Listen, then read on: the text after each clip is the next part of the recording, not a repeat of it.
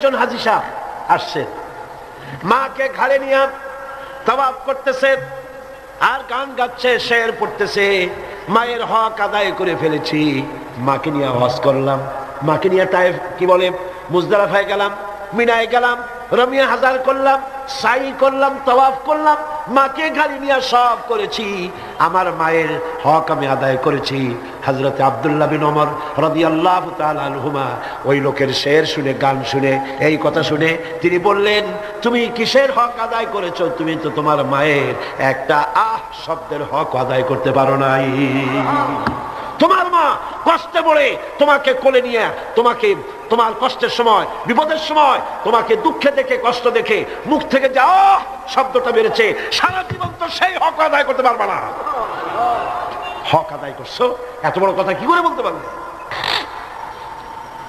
মা বাপের, পিতামাতার আনুগত্যের চূড়ান্ত রূপ বলতে গিয়ে হযরত ইবনে আব্বাস রাদিয়াল্লাহু তাআলা আনহু বলেছেন, وعن ابن عباس رضي الله تعالى عنه أنه قال رسول الله صلى الله عليه وسلم من أصبح مطيعا لله في والديه أصبح له بابان مفتوحان من الجنة। হযরত ইবনে আব্বাস রাদিয়াল্লাহু তাআলা আনহু বলেছেন, আল্লাহ রাসূল বলেছেন, যে ব্যক্তি পিতামাতার সম্পর্কিত আল্লাহর নাজিলকৃত হেদায়েত মেনে নিয়ে সকাল করলো, আল্লাহ রাব্বুল আলামিন তার জন্য জান্নাতের দুইটা দরজা খুলে দেন। আর যদি মা বাপ বেঁচে নাই, দুজনের একজন আছে, তার খেদমত করে, তাকে খুশি করে যদি সকাল করে, জান্নাতের একটা দরজা তার জন্য খুলে যায়। ওয়ামান আমসা আসিয়ান লিল্লাহি ফি ওয়ালিদাইহি আসবাহা লাহু বাবানে মাফতুহান মিনান নার। আর যদি মা বাপকে অসন্তুষ্ট করে, আল্লাহ যে হুকুম করেছে সেই হুকুম অনুযায়ী মা বাবার খেদমত না করে, মা বাবার সাথে নাফরমানি করে যে সন্ধ্যা করলো, নবীজি বলেন তার জন্য জাহান্নামের দুইটা দরজা খোলা হয়ে যায়। মা বাপের দুজনের একজন যদি বেঁচে থাকে, তাহলে মা বাপের দুজনের একজন যদি বেঁচে থাকে, তাহলে তাকে যদি অসন্তুষ্ট করা হয়, জাহান্নামের একটা দরজা তার জন্য খোলা হয়ে যায়। সাহাবী প্রশ্ন করলেন, ক্বালা রাজুলুন ওয়া ইন যালামাহু, ক্বালা ওয়া ইন যালামাহু। তিনবার রাসূলুল্লাহ বললেন, ওই ব্যক্তি জিজ্ঞেস করলেন, হুজুর মা বাপ যদি আমার উপরে জুলুম করে? রাসূলুল্লাহ বলেন, জুলুম যদি করেও? তারপরে সে বলছে, যদি আমার উপরে জুলুম করে? হুজুর বলেন, জুলুম যদি করেও? আবার প্রশ্ন করলেন, আমার উপরে মা বাপ যদি জুলুম করে? রাসূলুল্লাহ বলেন, জুলুম যদি করেও খবরদার তুমি মা বাবার সাথে নাফরমানি করবে না। সুবহানাল্লাহ। মা বাবার খেদমত করো, কপাল খুলে যাবে। কি খুলে যাবে?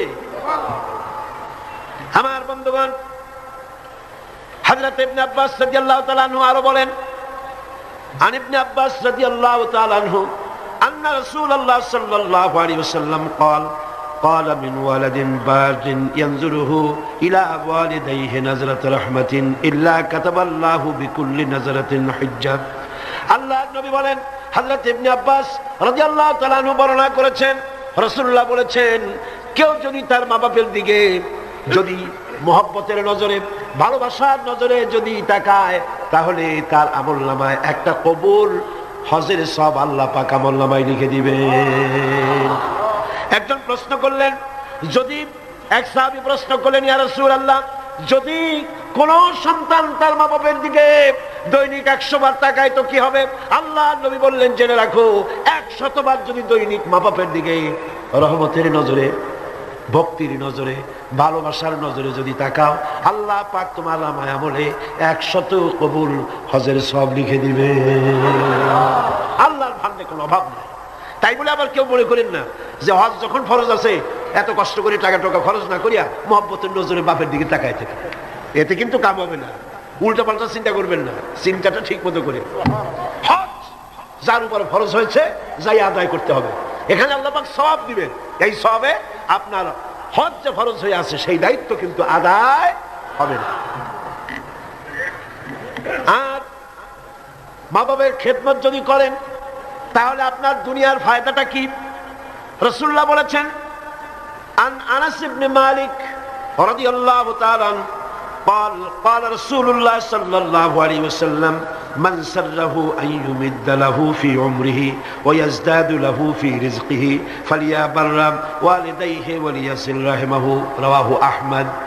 আল্লাহ নবী বলেন, হযরতে আনাস বিন মালিক রাদিয়াল্লাহু তাআলা আনহু থেকে বর্ণিত, আল্লাহ নবী বলছেন, কেউ যদি দুনিয়ায় তার রিজিক বাড়াতে চায়, সম্মান বাড়াতে চায়, হায়াত বাড়াতে চায়, সে যেন তার মা বাপের খেদমত করে।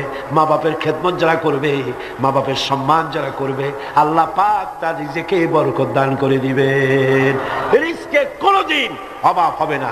কবরের কাছে গিয়া, মাজারের কাছে গিয়া বলা লাগবে না, ইয়া খাজা মেরা মতলব কো পুরা কর দে, এটা বলা লাগবে না, এটা বলা লাগবে না। আপনার রিজকে বরকত হয়ে যাবে মা বাপ যদি আপনাকে, আপনার জন্য দোয়া করে। এ দোয়া কবুল, মা বাপের দোয়া কি কবুল হয়ে যাবে। সুতরাং রাসূলুল্লাহ বলছেন, আল্লাহ নবী বলছেন, রিজকে বরকত হবে, সম্মান বৃদ্ধিপ্রাপ্ত হবে, অশান্তি হবে না, অসম্মান হবে না। মা বাপের খেদমত করবা, রিজকে কোনো অভাব হবে না। সুবহানাল্লাহ। হযরত আবী হুরায়রা রাদিয়াল্লাহু তাআলা আনহু বলছেন, আন আবী হুরায়রা রাদিয়াল্লাহু তাআলা আনহু عن النبي صلى الله عليه وسلم قال رغم أنفه ثم رغم أنفه ثم رغم أنفه। আল্লাহ নবী বলছেন, তিনবার বললেন, সে ব্যক্তি অপমানিত হোক, সে ব্যক্তি অপমানিত হোক। কোন ব্যক্তি? قيل من يا رسول الله, কোন ব্যক্তি অপমানিত হোক? قال من أدرك والديه عند الكبر أو أحدهما ثم لم يدخل الجنة।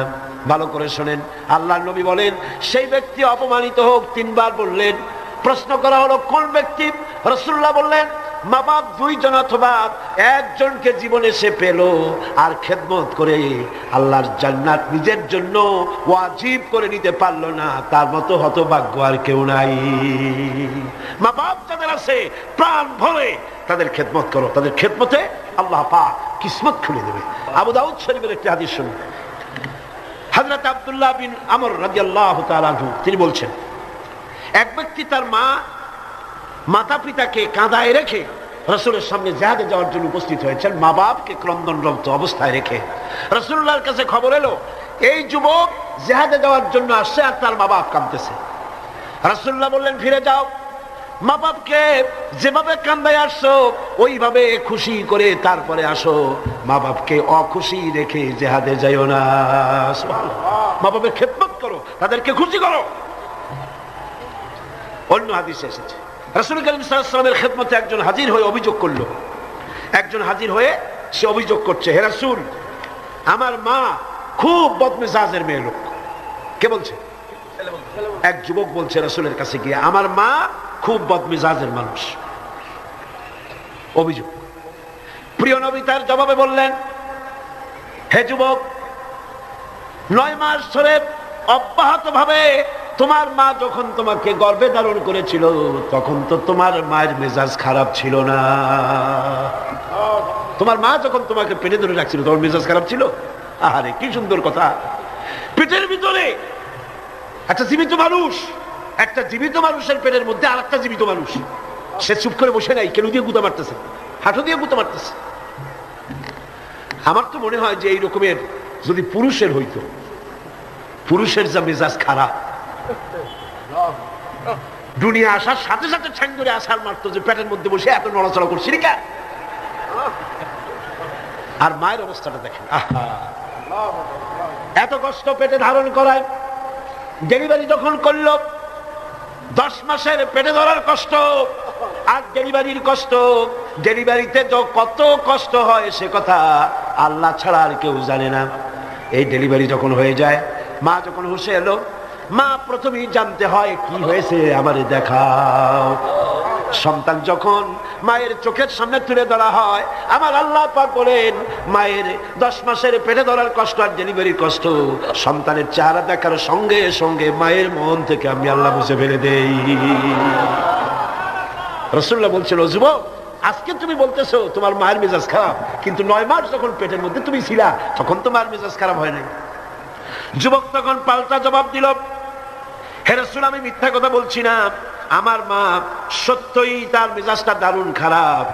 হুজুর বললেন, সে যখন রাতের পর রাত জাগতো আর তোমার দুধ খাওয়াইতো, তোমার মা গভীর রাত্রে ঘুমায়, তুমি চিৎকার করতেছো, ঘুম ভাঙা তোমার কোলে নিয়ে দুধ খাওয়াইলো, 2.5 বছর পর্যন্ত জ্বালাইছো, মায়ের বুকের দুধ খাইয়া দিনে দুপুরে রাত্রে কত কষ্ট দিছো, তখন তো তোমার মায়ের মেজাজ খারাপ ছিল না। আরে আরে খেতে বসেছে মা, মা কি করে? সকলকে আগে খাওয়ায়, স্বামীরে খাওয়াইলো, মেহমান খাওয়ালো, বাচ্চাদের খাওয়ালো, সব শেষে সামান্য তরকারি আর ভাত আছে, খাইতে বসছে সব শেষে, বাচ্চারে কোলে নিয়ে, বাচ্চা পায়খানা করে দিয়েছে কোলের মধ্যে। মা বিরক্ত হইল না, বিরক্ত হলো না। খাবারের থালাটা সরাই রেখে মা বাচ্চাকে কোলে করে নিয়ে বাচ্চাকে সাফ করালো, নিজের কাপড় চোপড় সাফ করলো, তারপরে ক্রন্দনরত বাচ্চার মুখে 2-3টা চুমা দিয়া তারপর আবার খাইতে বসলো। যেই মা তোমারে নিয়া এভাবে করে 2.5 মাস পর্যন্ত বুকের দুধ খাওয়া তোমারে বড় করলো, তখন তো তোমার মায়ের মেজাজ খারাপ ছিল না। যুবক বলছেন, হে রাসূল, আমার মা আমাকে নিয়ে যত কষ্ট করেছে আমি সে কষ্টের হক আদায় করে দিয়েছি। আমি তাকে হক আদায় করছি, যা তার খাবার দিয়েছি, পরার দিয়েছি, তারে নিয়ে হজ করেছি, হক আমি আদায় করে দিয়েছি। আল্লাহ নবী জিজ্ঞেস করলেন, সত্যি কি তুমি হক আদায় করছো? কয়ে হ্যাঁ, আমি হক আদায় করে দিয়েছি। প্রিয় নবী জবাবে বললেন, তুমি তো বলছো হক আদায় করেছো, কিন্তু আমার প্রশ্ন হচ্ছে তুমি কি তোমার মায়ের সেই কষ্টের বদলা দিতে পেরেছো যে কষ্ট তোমাকে ভূমিষ্ঠ করার সময় তোমার মায়ের হয়েছিল? তোমাকে ডেলিভারি করার সময় তোমার মায়ের যে যন্ত্রণা হয়েছিল সে হককে আদায় করতে পেরেছো? কিয়ামত পর্যন্ত আদায় করতে পারবে না।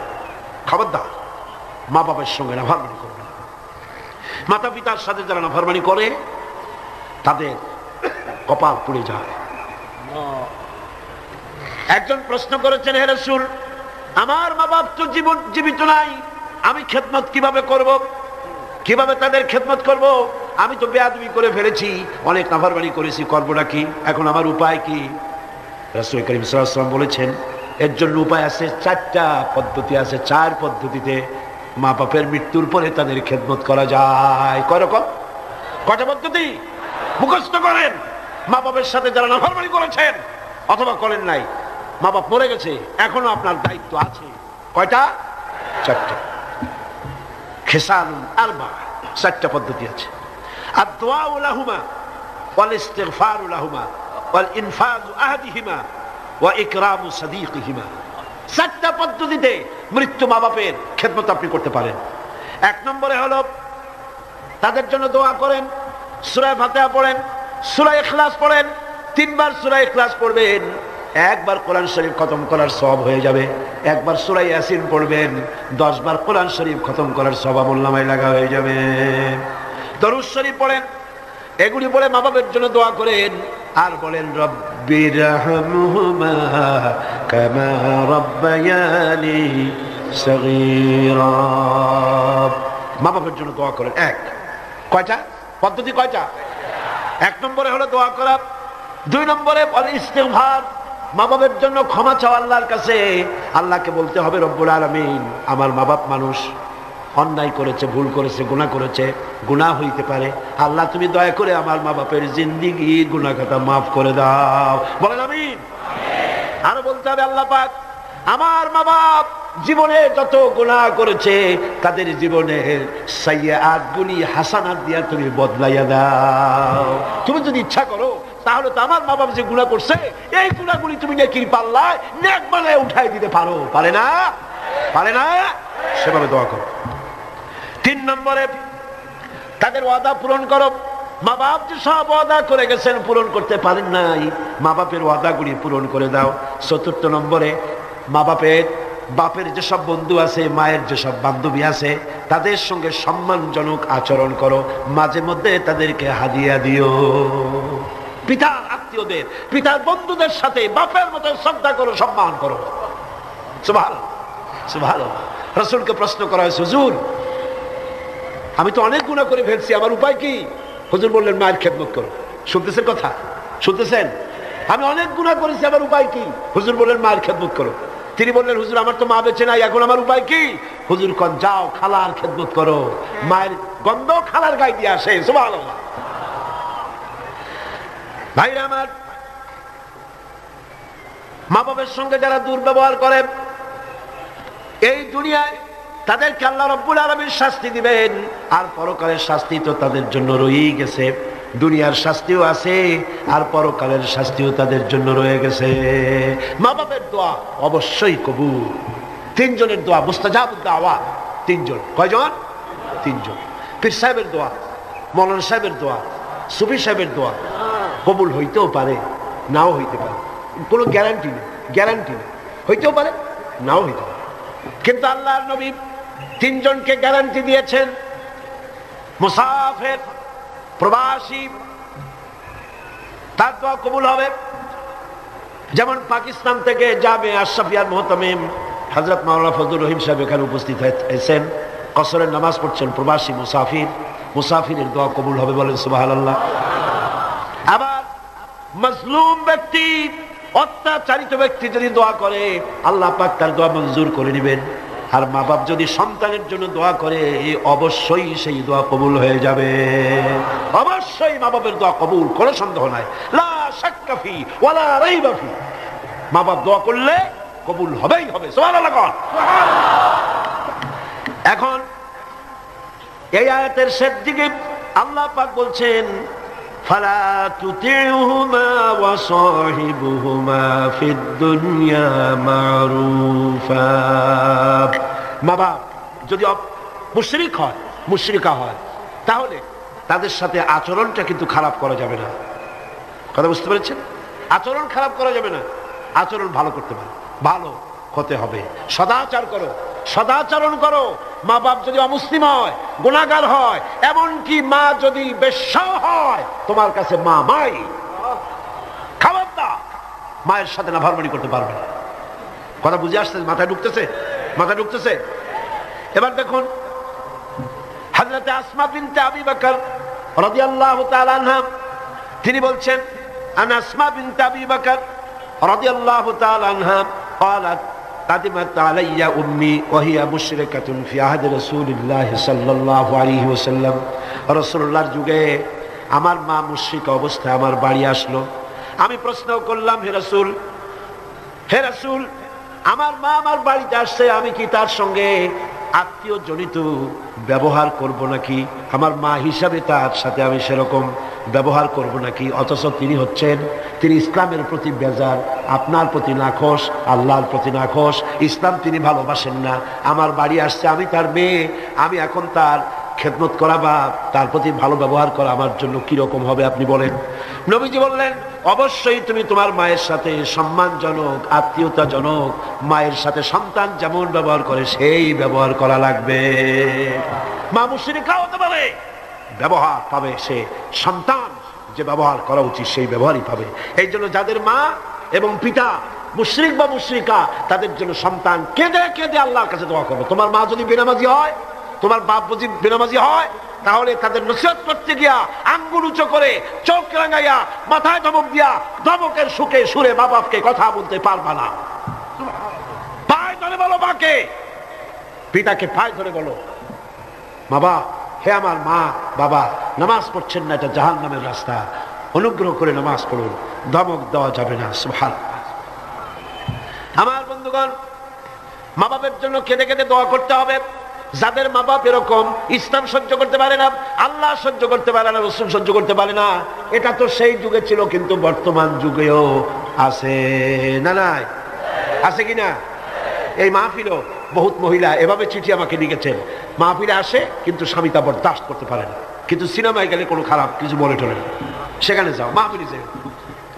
ছেলে ইসলামী ছাত্র শিবির করে, অসহ্য, টাকা বন্ধ করে দাও, লেখাপড়া বন্ধ করে দাও, সহ্য হয় না। ইসলামী ছাত্রী সংস্থা করে, মৌলবাদী হয়ে গেছে, পয়সা দেয় না, খাবার দেয়। হায় রে কপাল পোড়া বাপ, তোমার তো চিন্তা করা উচিত, তোমার ছেলে সে তো কমিউনিস্ট আন্দোলন করে না, তোমার ছেলে তো সিনেমায় যায় না, তোমার ছেলে তো girls high school, girls college ছুটির সময় এতিমের মতো মেয়েদের দিকে তাকায় থাকে। তোমার ছেলে মাস্তানি করে না, চাঁদাবাজি করে না, ইসলামী ছাত্র শিবির করে, ইসলামী ছাত্রী সংস্থা করে, পবিত্র সংগঠন করে। তুমি তো সেজদা দিয়ে কাঁদবা, আল্লাহ আমার ছেলে ভালো কাজ করতেছে। ঠিক কিনা? জোরে বলেন ঠিক কিনা? আমার বন্ধুগণ, মা বাবার জন্য দোয়া করতে হবে, মা বাবার জন্য দোয়া করতে হবে।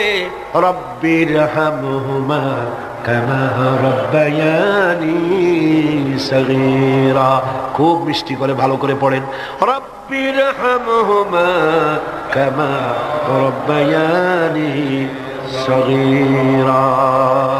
হযরতে আবু হুরায়রা রাদিয়াল্লাহু তাআলা আনহু ইসলাম গ্রহণ করার পর দীর্ঘদিন যাবত তার মা ইসলাম কবুল করেন নাই, বরং আবু হুরায়রা রাদিয়াল্লাহু তাআলা আনহুকে বড় জ্বালাইছে। তিনি মায়ের পায়ে পড়েছেন, বহু অনুরোধ করেছেন, কোনো কিছুতে কাজ হয়নি। একদিন তিনি অনেক রাত করে বাড়িতে ফিরেছেন। মা তাকে প্রশ্ন করলেন, এত রাত কোথায় ছিলি?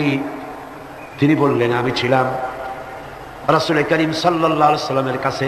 শোনা মাত্র মা তাকে খুব করে মারলেন, গলা ধাক্কা দিয়ে বাড়ি থেকে বের করে দিলেন।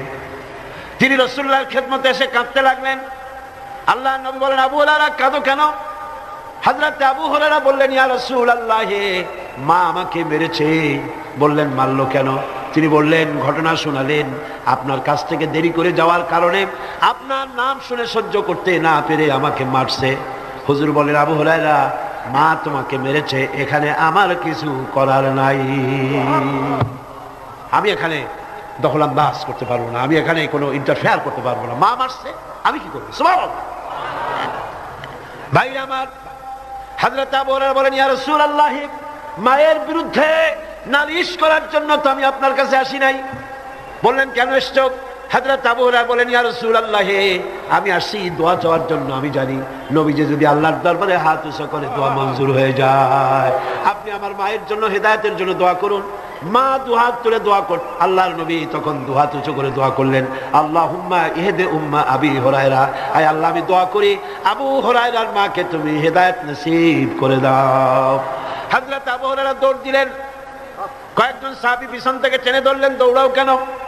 কোনো বিপদ হলো নাকি? তিনি বললেন, না, কোনো বিপদ হয় নাই। তবে দৌড়াও কেন?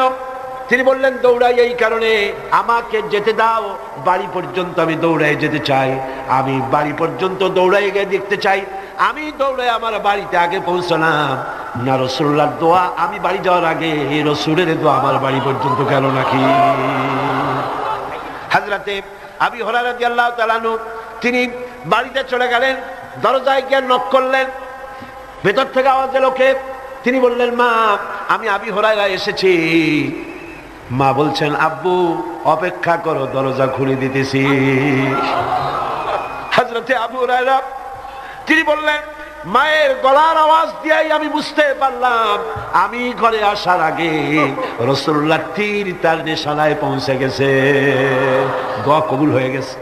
হযরতে আবু হুরায়রা বললেন, মা বেরিয়ে এলেন, গোসল করে এসেছেন। মা আমারে বললেন, বাবা, তোমাকে মারার পর আমি বড় অনুতপ্ত হয়েছি যে আমি মারলাম কেন। আমার ছেলে তো কোনো খারাপ মানুষের কাছে যায় নাই, দুনিয়ার সর্বশ্রেষ্ঠ মানুষের কাছে গেছে, মারলাম কেন? বড় অনুতপ্ত আর অনুশোচনা আমি করেছি। আমি গোসল করেছি, আমি ওযু করেছি, আমাকে জলদি করে নিয়ে চলো, আল্লাহর নবীর খেদমতে নিয়ে হাজির করে দাও। হযরতে আবু হুরায়রার মা ঘোষণা করলেন, লা ইলাহা ইল্লাল্লাহু মুহাম্মাদুর রাসূলুল্লাহ। বন্দুক দিয়ে গুলি করলে সেই গুলি তার টার্গেটে পৌঁছতে যত না দেরি হবে, মা বাবার দোয়া, বাবার দোয়া এর থেকে দ্রুত গতিতে আল্লাহ পাকের আরশ আজিম পর্যন্ত পৌঁছে যাবে। এগুলি পৃথিবীতে কোথাও নাই, ইসলাম শিখিয়েছে। কে শিখিয়েছে? যারা বলেন, কে শিখিয়েছে? ইসলাম শিখেছে, শিখায়েছে। পাশ্চাত্যে যায় দেখেন, কিসের মা কিসের বাবা, মা বাবার কোনো খোঁজ খবর নাই। মা বাবা যখন বুড়ো হয়ে যায়, আমি ইংল্যান্ডে এবং আমেরিকায় দেখেছি, ওদের জন্য ওল্ড পিপল সেন্টার করা হয়। বুড়া বুড়ি, আমি নাম দিচ্ছি ওইটার বুড়া বুড়ি এতিমখানা। বুড়া বুড়িরা ওইখানে থাকে, ওই ঘরের মধ্যে। ছেলেমেয়েরা কোনো খোঁজ খবর নেয় না। 25শে ডিসেম্বর তারিখে প্রতি বছর একখানা কার্ড ছেলে তার বাপের নামে পাঠায়, মায়ের নামে পাঠায়। বাবা ওই কার্ডখানা নিয়ে তারপরে বন্ধুদের দেখায়, আমার ছেলে আমাকে মনে করছে। সারা বছর খোঁজ নাই। এরপরে যখন মরে 2-3 দিন পর্যন্ত মদের বোতল, দুধের বোতল, খবরের কাগজ ভিতরে কেউ নেয় না, দরজার কাছে পড়ে আছে। কারণ কি? পুলিশে এসে দরজা খুলিয়া দেখে ভিতরে বুড়া মরে পড়ে আছে, কেউ নাই, ছেলেও নাই, মেয়েও নাই, দেখারও কেউ নাই। এই হলো পাশ্চাত্যের অবস্থা। আর ইসলাম কি নিয়ামত, সুবহানাল্লাহ। ইসলাম বিরাট নিয়ামত। মা বাবার সম্মান করতে শিখিয়েছে, সেখানে সম্মান নাই। সন্তানের কাছে সম্মান হবে কি করে? সন্তান তার মায়ের প্রতি যে আকৃষ্ট হবে কিসের মাধ্যমে? দুধ খাওয়াবার মাধ্যমে। আমার দেশে পাশ্চাত্যের আবহাওয়া লেগে গিয়েছে, বহুত মা তার সন্তানকে দুধ খাওয়ায় না। কোনটার দুধ খাওয়ায়? টিনের দুধ খাওয়ায়। নিজের শরীর ভালো রাখার জন্য টিনের দুধ খাওয়ায়। তো সন্তানের মহব্বত ওই টিনের দিকে, বোতলের দিকে বেশি হবে, মায়ের দিকে হবে না। দুধ হচ্ছে একটা ফ্লো, একটা ফ্লো। মায়েরা, আমার মা বোনেরা যারা আসছেন শোনেন, ব্রেস্ট ক্যান্সার যে হয়, মায়ের মেয়ে লোকদের যে ব্রেস্ট ক্যান্সার হয়, চিকিৎসা বিজ্ঞানীরা বলেছেন ব্রেস্ট ক্যান্সার হওয়ার জন্য সবচাইতে বড় কারণ সন্তানকে দুধ না খাওয়ানো। এটা হলো আরেকটা কারণ আছে, সেটা আমি বললাম না, ডাক্তারদের কাছ থেকে জেনে নেবেন। এটা হলো সবচাইতে বড় কারণ, সন্তানকে দুধ না খাওয়ানো। এই ফ্লোটা, এই স্বাভাবিক ফ্লো আপনি বন্ধ করে রাখছেন, সন্তানকে খাওয়াচ্ছেন না। ব্রেস্ট ক্যান্সার যদি হয়, অপারেশন করে শরীরের যে সৌন্দর্য রক্ষা করতে চাইছিলেন, 12 আনাই 16 আনাই শেষ হয়ে গেল। এই দুধ, মায়ের বুকের দুধ সন্তানের জন্য শুধু খাদ্য নয়, এর মধ্যে রয়েছে মেডিসিন। এর মধ্যে রয়েছে কি? মেডিসিন। সন্তান ছিল ফি কারারিন মাকিন, মায়ের পেটের মধ্যে একটা সুরক্ষিত জায়গায়, কোন রোগের জান সেখানে পৌঁছতে পারে না, এরকম একটা জায়গায় ছিল। পৃথিবীতে আসলো, এখানে আছে পলিউশন, এখানে আছে নানান রকমের রোগ, কি জীবাণু, এগুলি রয়েছে। সুতরাং তার কচি চামড়ার লোমকূপের মধ্য দিয়া এই রোগগুলি ঢুকে যেতে পারে। এই রোগ থেকে শরীরকে বাঁচাবার মতো রেজিস্ট্যান্স, স্ট্যামিনা, শক্তি তার মধ্যে নাই। এই জন্য আল্লাহ কি করলেন? অ্যান্টিবায়োটিক ঔষধও সহ্য হবে না, রোগ থেকেও তার বাঁচানো যাবে না। সেই জন্য রব্বুল আলামিন মায়ের বুকে যে দুধ দিয়েছেন, প্রথম যে শাল দুধ যেটাকে বলা হয়, এই দুধটাকে আল্লাহ পাক খাদ্য আর রোগের প্রতিষেধক ঔষধ হিসাবে আল্লাহ দিয়ে দিয়েছেন। সন্তানকে দুধ খাওয়াও, সন্তানের মহব্বত তোমার প্রতি বাড়তেই থাকবে। সুবহানাল্লাহ, সুবহানাল্লাহ। পাশ্চাত্যে এই মহব্বত নাই। পাশ্চাত্যে আমি নিজের চোখে প্রত্যেক বছর দাওয়াত হয়তো দেখি, খালি গুলি না, চোখ দিয়ে তাকায়ও দেখি কোথায় কি হয়। মেয়ে লোকগুলি তাদের বাচ্চা পুষচা, হুইলওয়ালা চেয়ার আছে, সেই চেয়ারে বাচ্চাটা ঠেলতে ঠেলতে নিয়ে যায় মার্কেটিং করতে, আর কুত্তার বাচ্চাটা কোলে নিয়ে হাঁটে। নিজের ছেলে কান্দে, তাতে কিছু আসা যায় না, কুত্তারে কোলে নিয়ে, কুত্তারে চুমা দিয়া তারপরে নিয়ে যায়। যে কুকুরের যে যত্ন আছে, শিশুর সেই যত্ন পাশ্চাত্যে নাই। অথচ শিশুর মর্যাদা আল্লাহ দিয়েছেন, শিশুর হক, মায়ের দুধ তাকে খেতে দিতে হবে। এ দায়িত্ব দিয়েছে আল্লাহ পাক, এ হক আদায় করার জন্য মাকে দায়িত্ব দিয়েছে। আমার মা বোনেরা, আপনারা আপনাদের মহলে কথা শোনান, সর্বত্র পৌঁছান, কোন মা যেন তার সন্তানকে নিজের দুধ থেকে যেন বঞ্চিত না করে। সন্তান রোগ থেকে বাঁচবে, মায়ের প্রতি মহব্বত বাড়বে, ভালোবাসা বাড়বে।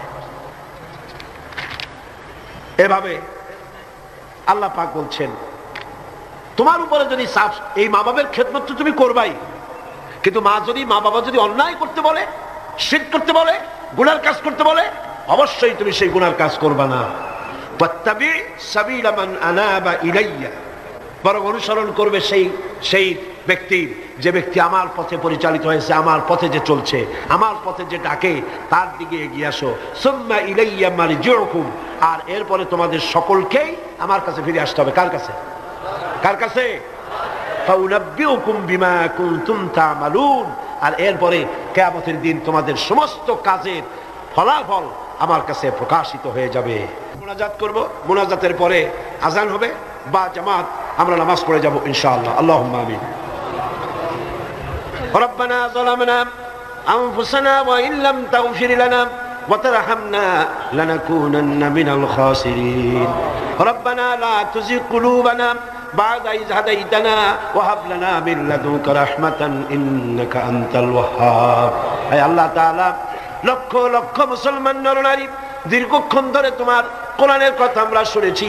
আয় আল্লাহ, তুমি দয়া করে মেহেরবানি করে আমাদের দুরূদ ও সালাম আলোচনার সওয়াব জনাবে মুহাম্মদ রাসূলুল্লাহ সাল্লাল্লাহু আলাইহি সাল্লামের রূহ মুবারকে পৌঁছায় দাও রব্বুল আলামিন।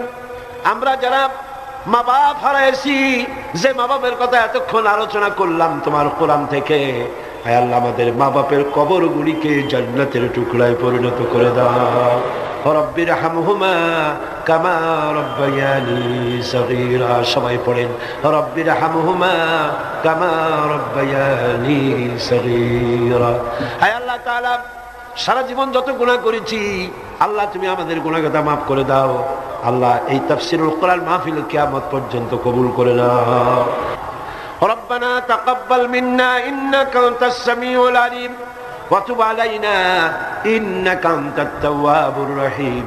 সুবহান রাব্বিকা রাব্বিল ইজ্জাতি আম্মা ইয়াসিফুন ওয়া সালামুন আলাল মুরসালিন আলহামদুলিল্লাহি রাব্বিল আলামিন। ওয়াজআল আখিরা কালিমাতুনা ইনদাল মাউত লা ইলাহা ইল্লাল্লাহু মুহাম্মাদুর রাসূলুল্লাহ।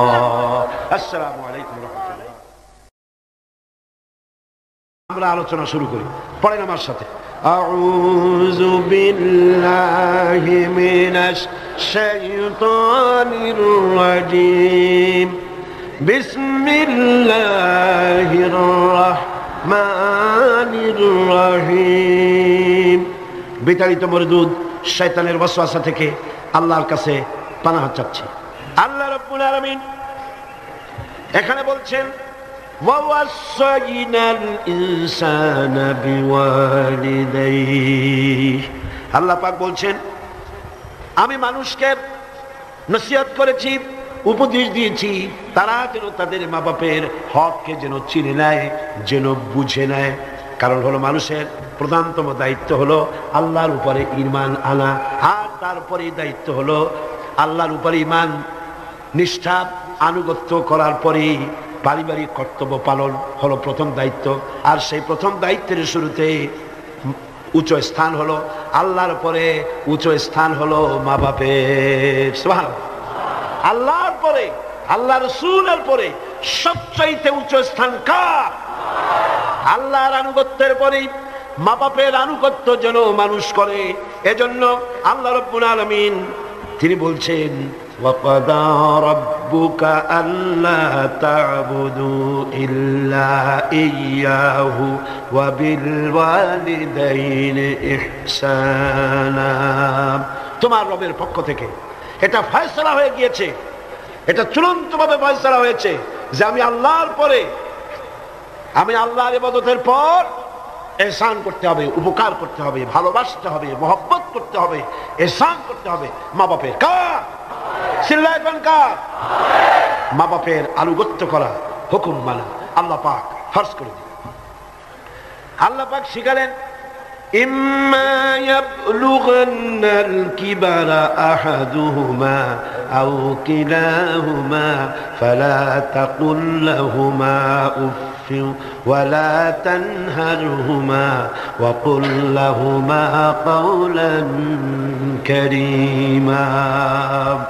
আল্লাহ পাক বলছেন তাদের মধ্যে একজন অথবা উভয় তোমাদের সম্মুখে যখন বার্ধক্যে পৌঁছে যায় তাহলে তাদেরকে তাদের সামনে এই শব্দটি পর্যন্ত বলো না, এবং তাদেরকে ভৎসনা করো না, ধমকের স্বরে কথা বলো না, মাথা উঁচু করে ধমকের স্বরে চোখ রাঙায় কথা বলো না, বরং আদবের সাথে সম্মানের সাথে কথা বলো। সুবহানাল্লাহ। মা বাবার সাথে কেমনে কথা বলতে হবে আল্লাহ পাক শিখাই দিচ্ছেন। মা বাবার সঙ্গে কথা বলবা ভদ্রতার সাথে, সম্মানের সাথে, এবং তাদের সাথে দোয়া করতে হবে আল্লাহ রাব্বুল আলামিনের কাছে। আল্লাহ পাক শিখাচ্ছেন ওয়াখফিদ লাহুমা জানাহাদ দুল্লি মিনার রাহমা ওয়া কুর রাব্বিরহামহুমা কামা রাব্বায়ানি সগীরা। হে পরওয়ারদিগার, এভাবে দোয়া করো।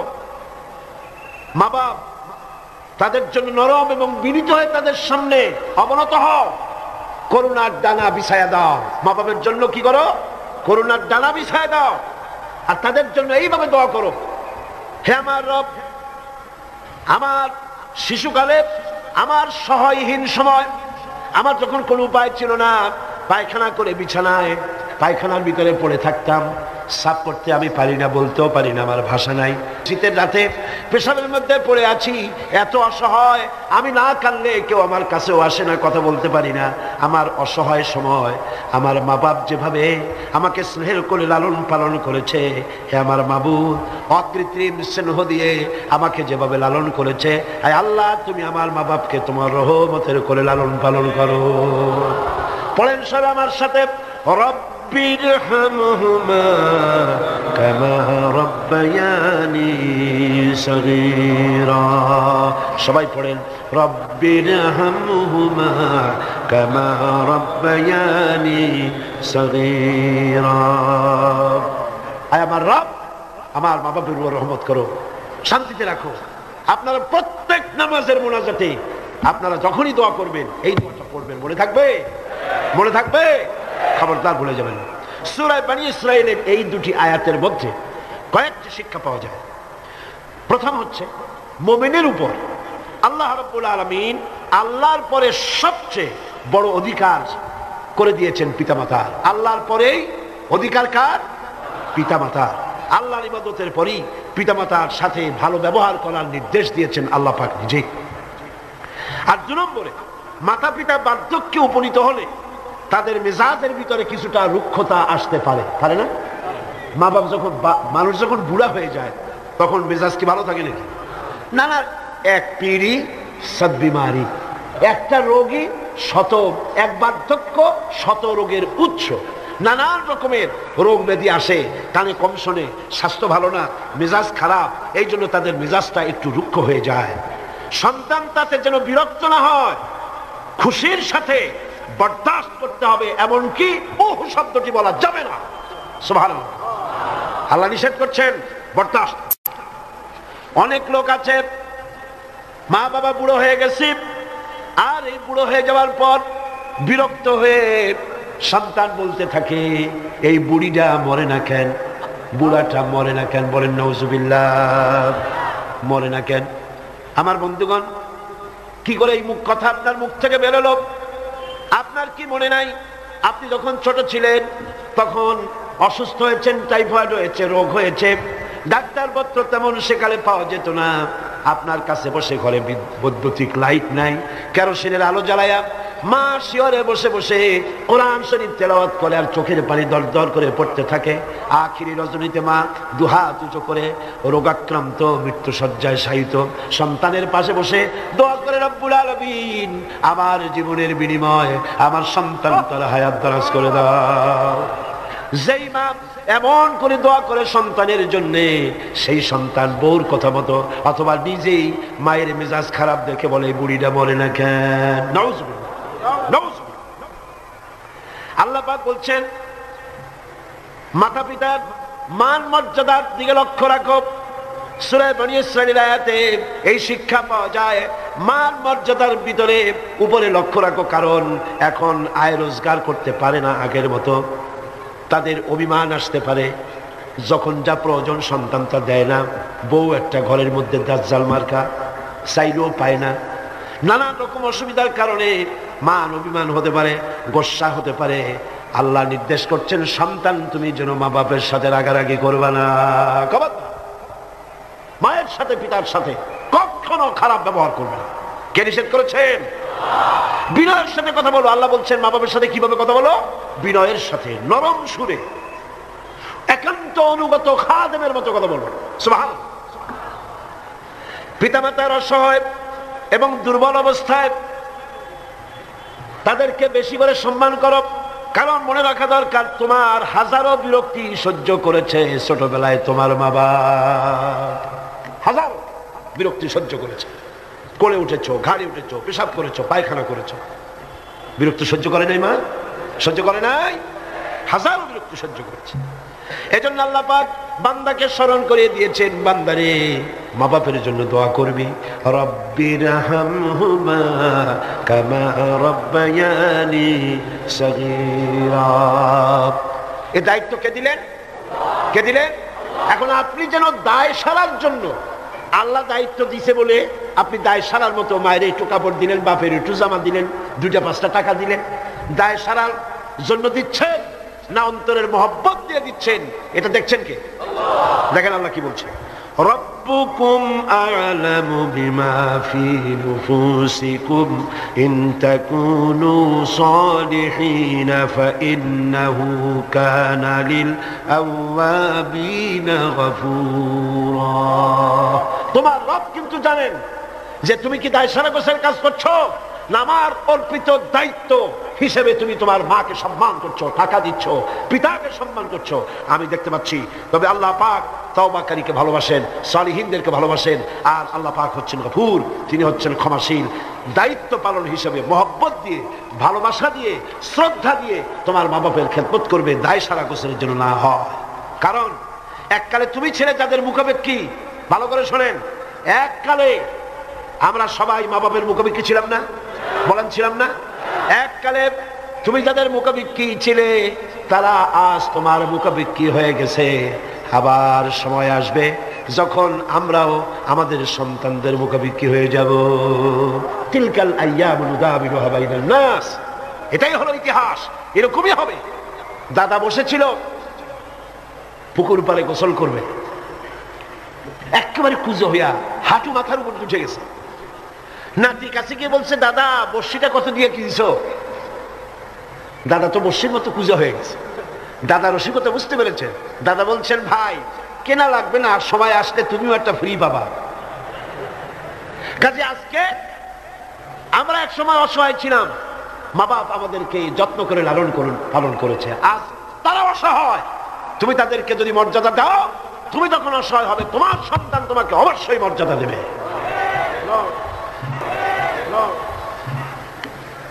সূরা বাকারায় একটি আয়াতে আল্লাহ রাব্বুল আলামিন এভাবে বলেছেন, লা তা'বুদুনা ইল্লাল্লাহ ওয়া বিল ওয়ালিদাইনি ইহসানা। আল্লাহ ছাড়া কারো উপাসনা করো না এবং পিতামাতার সাথে অবশ্যই সদ্ব্যবহার করবে। সূরা বনী ইসরাঈল বললেন, সূরা বাকারার মধ্যে বলছে। এবার বলছেন সূরা আনকাবুতে, وَوَصَّيْنَا الْإِنسَانَ بِوَالِدَيْهِ حُسْنًا। কত জায়গায় বলতেছেন আল্লাহ, আমি সমগ্র মানব মণ্ডলীকে তাদের পিতামাতার সাথে সদ্ব্যবহার করার জন্য উপদেশ দিচ্ছি, নির্দেশ দিচ্ছি। পৃথিবীর সমস্ত মানুষকে, এখানে মুসলমান বলা হয় নাই, গোটা বিশ্বের মানব মণ্ডলীকে আল্লাহর পক্ষ থেকে নির্দেশ করা হচ্ছে মা বাপের প্রতি শ্রদ্ধাশীল হও।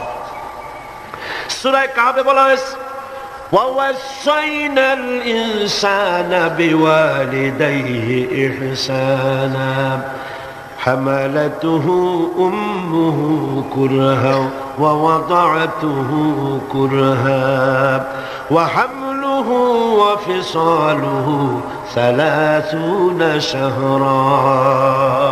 আমি মানব গোষ্ঠীকে নির্দেশ করেছি তোমার পিতামাতার ইহসান করো। তোমার মা তোমাকে গর্ভে ধারণ করেছে অত্যন্ত কষ্টের সাথে, আর ডেলিভারিও করেছে অত্যন্ত কষ্টের সাথে, আর 30টি মাস ধরে নিজের বুকের দুগ্ধ দিয়ে খাওয়াইয়া তোমার মানুষ করছে। খবরদার মা বাবার সঙ্গে নাফরমানি করো। মায়ের পেটের ভিতরে যখন সন্তান থাকে, সন্তান নড়াচড়া করতে থাকে, মা বাবার স্বাভাবিক, মায়ের স্বাভাবিক অবস্থা তখন আর থাকে না। লক্ষ্য করেন, মায়ের স্বাভাবিক অবস্থা থাকে না, ক্ষুধা কম হয়ে যায়, খেতে পারে না, মাথা ঘুরাতে থাকে, শরীরের ভিতরে একটা অস্বাভাবিক অবস্থা বিরাজ করে, তার মাসিক অসুখটা বন্ধ হয়ে যায়।